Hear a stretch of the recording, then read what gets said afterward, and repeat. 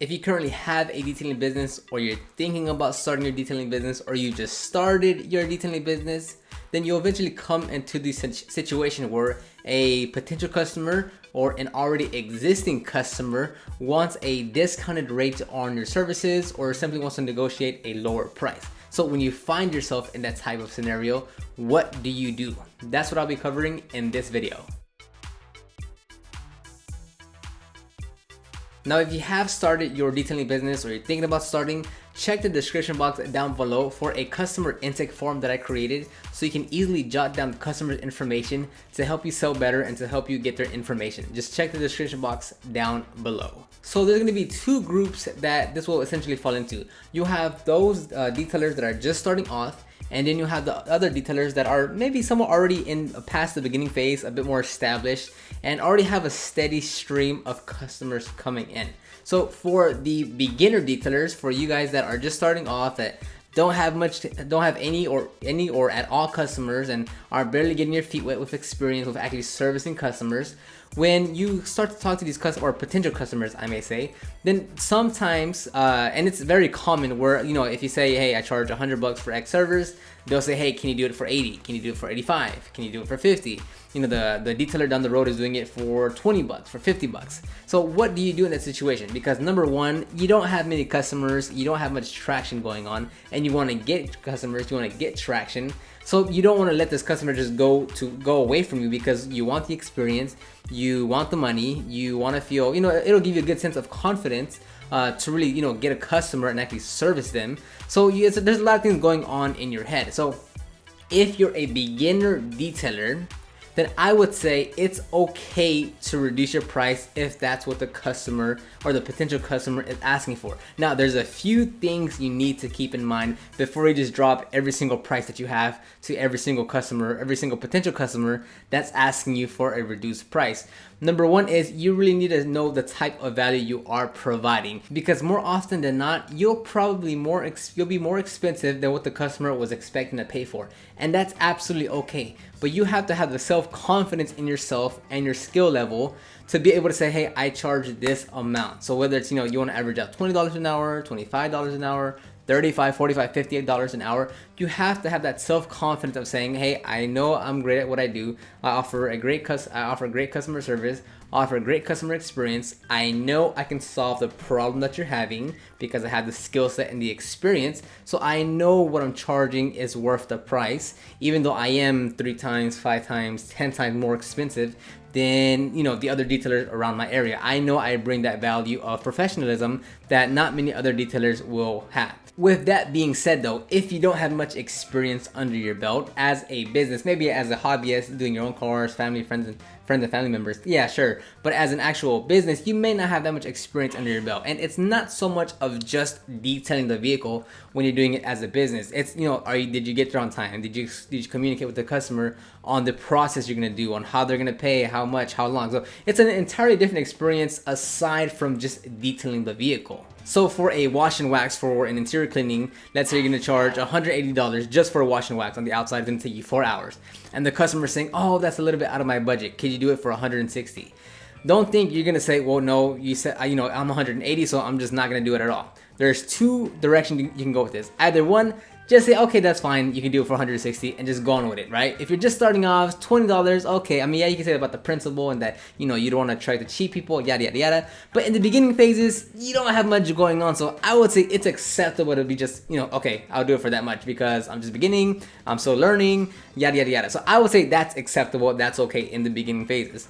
The second route to that would be do $160 worth of work, and that's it. So, you know, if 180 will get you 100% of what the service includes, 160 is going to get you 80% of the work that I was going to include. So fit your service and your work to their budget and to their limit. So that doesn't mean you're going to do a crap job or like a poor quality job, because at that point you shouldn't be doing the detail anyways. But you're gonna do as much work as you can to the budget or time limit that the customer is giving you. So those are the two options you can take. So either one, just accept, say, hey, look, okay, I'll do it for a cheaper rate. If you're starting off, no biggie. The second one could be is that if just make sure you're doing the amount of work for what they're actually paying you. So if you have a full interior cleaning service that you literally clean everything from top to bottom, front to rear, to the best condition possible, and it's gonna cost them $200, and they're saying, oh well, I wanted to keep my budget under 160, then you can say, well look, 200 will get everything cleaned to the best condition. But if you want to stay under $160, then I will focus more on some areas more so than others. So instead of trying to spend 6 hours on everything, I'll do 4.5 hours on the most important things that need to get done in the interior. That way you're getting the most bang for your buck, and you're still getting a high quality result within your budget. So those are the two methods you can go after if you're just starting off. Now let's move on to the more experienced detailer, maybe the ones that have a more consistent flow of customers, they have more reviews, they're more reputable, they have more word of mouth going on, more referrals coming in. So what do you do when a customer comes at you and they want a discounted price? Now, what I'm gonna say here also applies for the beginners, so don't think that you can't take any of this advice and apply it to your business, because it'll apply, you're just not at that level yet, but you can still apply these methods as a beginner detailer by all means necessary. So number one is there's different types of cheap people or potential customers that are asking for a lower price. So if someone calls me up and they ask me for a headlight restoration and a full interior detailing quote, and the first word they say after that is, but you gotta give me a good price because yada yada yada, or hey, but I have 2 cars, so give me a good price. Right there alone, like you already needed you needed to find out those warning signals, those red flags of like, okay, this guy is or gal is simply just like straight out just going for price shopping, right? Like they want the cheapest, best deal that they can get. So you need to figure out some markers on what's a common pattern of people that call in or that approach me that are more on they just want the cheapest, best quality that they can get, right? They want the cheapest price but the best quality. So when I'm talking to someone calls me up and says, hey, but you gotta give me you gotta give me a good deal. Hey, but can you give me a good deal? That there, I know there's the quality of person of the potential customer that might be isn't gonna be the type of person that I want to work with, because they're from the very instant they're going for the price for the cheapest they can get but the best quality that they can get. So that there, I would say absolutely not. I'll just say no, I'm sorry, like it's gonna be this price. If it's too much for you, give me a call back whenever you can. But other than that, good luck. I'm not gonna refer them to anyone else that's like that I personally know, because they're on the cheaper side of things. But I will refer them to like a more lower end, more affordable local car wash or detailer that just isn't as good but fits within their budget. So that's what number one I'll do. Find the markers and then just let them go, because they're just not the type of person, what type of customer that you want to be engaging with. Now let's say it's an existing customer, right? Maybe you service this customer weekly, bi-weekly, once a month. Maybe you've done a few big details on them. Maybe they have 2-3 cars, and you've done like some light paint correction, maybe full correction on one of their vehicles, a full interior cleaning on another vehicle, maintenance cleaning on another. So it's a repetitive customer, right? You go there frequently. They give you business. They're a loyal customer. They come to you frequently. They respect you, but maybe because they've been engaging with you so long, they say, hey, look, I've been helping you out. I've been sending you business. Can you give me a discount? Can you work something out? At that point, it's a bit different situation and a different dynamic to it, because again, they're loyal to you. They do appreciate your services. They like what you do. They speak highly of you. They refer you to others.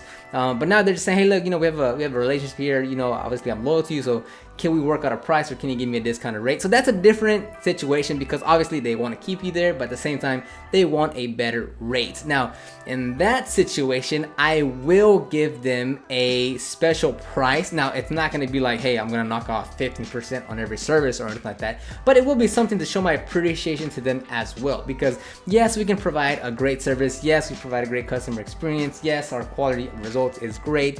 Yes, we answer the phone every single time they call. We reply quickly. But money is what they want to see, right? Like they appreciate everything, but hey, a little, hey, I'm willing to take something away from my end to help you out is a win-win for both situations. Now, you're not gonna literally like take 10%, 50% off every single service every single time.